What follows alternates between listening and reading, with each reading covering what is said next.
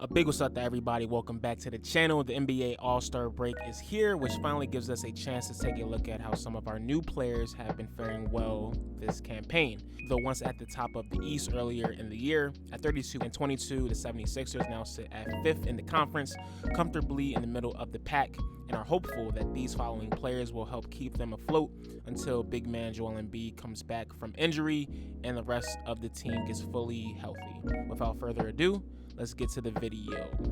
First up on the list, we have Kelly Oubre Jr., who was an off-season signing. He signed with the team for a one-year, $2.8 million deal, a veteran minimum deal, I might add. And we Sixer fans should be lucky because this joint is paying value. It is valuable. I just love the fact that after years of scraping the barrel for unknown guys, we finally have a league-wide known bull in our midst. The Sixers have always been able to attract fringe good players the last few years with Daryl Morey at the helm, but I think getting a Kelly Oubre just shows and signifies that the Sixers are finally a real deal organization. Oubre's stats are looking good for his role. Before the actual trade deadline, Kelly was one of two Bulls up to that point who was able to competently drive to the basket and get hard layups, dunks, just have, overall competency, ball handling. Homie is just a man that can hoop flat out, point blank, period. I'm not really sure where the hate is coming from the last few weeks. A lot of Sixer fans have been annoyed with him. Once again, not really sure where that's coming from because his roles on his team is to be hot, is to get his shots, and to get energy in the team. Yes, maybe he can shoot you out of a game from time to time, but damn it, there has been a couple of times this season, where I have seen him myself being the reason why we have won or even stayed in some games. I think long term he should stay in the sixth man role. I think the energy that he provides off of the bench, giving a scoring punch once our big two, Joel and Maxey, as well as, Tobias, I'll say an actual big three. I'm just glad that Bull is okay after being in a car accident earlier in the year. That's a good John. Grade B+.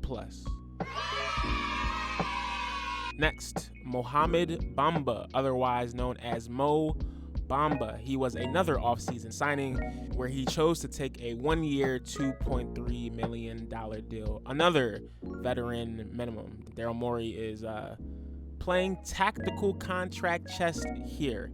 Overall, his stats are just piss poor. Of course, he isn't playing that many minutes. The only reason why he has been having, major minutes the last few weeks is because Joel Embiid is injured. But overall, it's just not really looking too good for our guy. And this really breaks my heart because I remember when Mo by Shaq West first came out and all my homies was rocking that joint to the T. Like, you have not felt bliss, ladies and gentlemen, until you are in a college party with that joint blasting in the background. Peak society, famo. But just looking at him overall, I'm not even sure why he's really on the floor because he should be able to get a damn rebound, but most times he's not able to actually do that. And his screens are a little sus too. Maybe this is why Daryl Morey tried to get a big man during the trade deadline. That's not good. Homie has been on multiple teams the last 3 years, so I'm not sure where he goes from here in terms of his career, but unfortunately, I don't think we should bring him back next year. Grade D. Paul Reed, affectionately known as B-Ball Paul, is next up.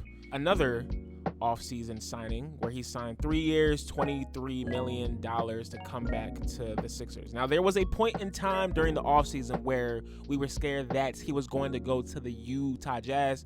The Sixers had a few days to match Utah's offer, and we eventually did. It's interesting, though, because if you look at the contract, though it is 3 years, every single year isn't fully guaranteed, so technically we do have an out after this year. But looking at his stats, he is having career highs across the board, at least in the places that matter. But still, the Sixers haven't really been playing that well when he is on the floor per se. And I just want to know where all the whiners are, the 76ers fandom universe whiners, crying for us to sign Mans last year when he is really not cutting it, in my opinion, right now.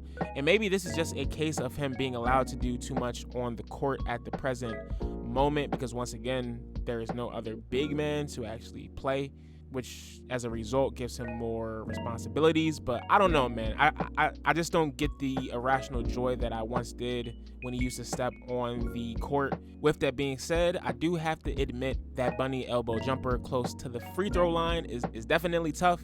I can't lie there. And once again, he is averaging career highs in multiple categories.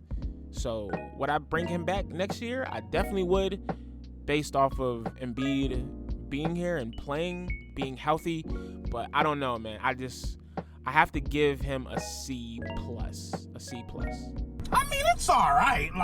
Next, Nicolas Batum, or as we call him in the Philadelphia area, Nico Bottoms. And he was traded here as a part of the James Harden deal. It has been a blessing to have a true 3-and-D guy, even though his D is washed at this point. Pause. There's just something about this ball being able to catch the ball and not even having to reset himself to shoot it.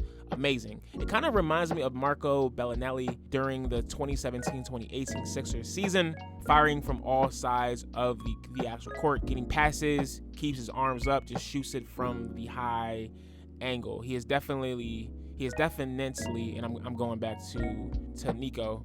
He is definitely a good starter next to Joel Embiid and Tyrese Maxey by opening up the floor. The question is, how much longer does homie have left in the tank?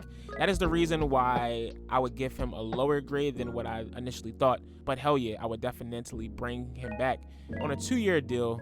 Just to be clear, I used to play with this man in 2K early 2010s. Homie was a beast. So once again, just glad to have him here. Grade B.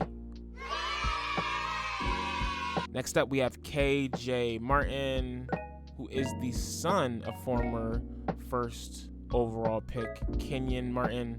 Not really much to say here.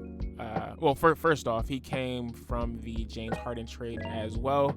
Not really much to say here. I love his defense, fast break lob threats, energy type of dude. And you need these type of guys during the actual playoffs to get the Wells Fargo Center rocking, to have that home court advantage. But for the love of everything that is good and merciful, it is a shame that homie really cannot shoot comfortably. His stats are okay. Would I keep him long term? Probably not.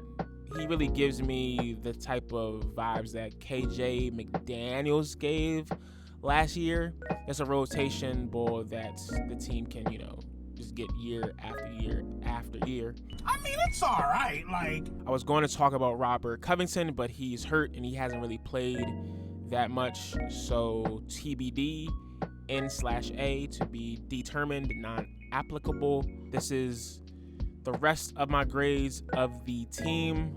I think this is appropriate with where we were before Joel Embiid got injured, onto the front office and coaching staff. I think Nick Nurse is doing a phenomenal job right now with the team under the current circumstances.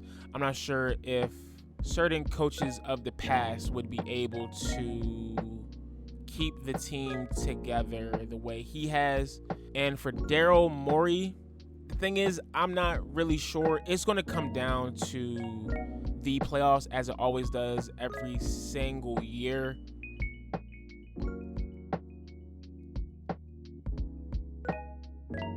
So, what do you think about the Sixers up to this point?